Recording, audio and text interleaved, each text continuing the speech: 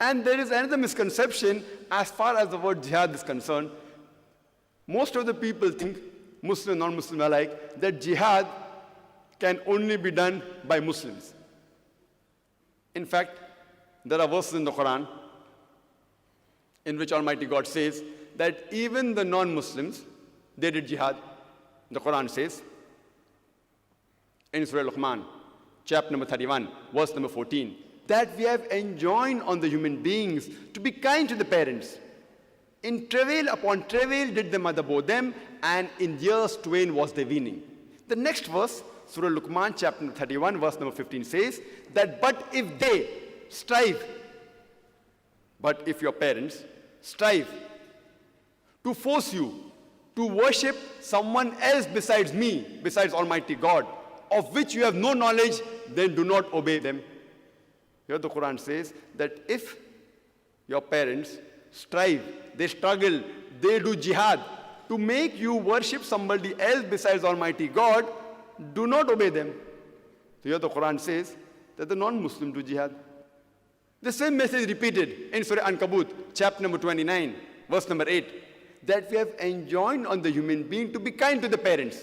But if they strive, if they do jihad and force you to worship anyone besides me, besides Almighty God, of which you have no knowledge, then do not obey them, but live with them in compassion and love. So here we come to know from the Quran that even the non-Muslim did jihad. Further mentioned in the Quran in Surah Nisa, chapter number 4, verse number 76, that the believers, they fight in the way of Allah subhanahu wa ta'ala, and the unbelievers, they fight in the way of the Satan. So strive against the brothers of the Satan. Here again it speaks that the evil people, even they do jihad. So jihad is an Arabic word which merely means to strive, to struggle.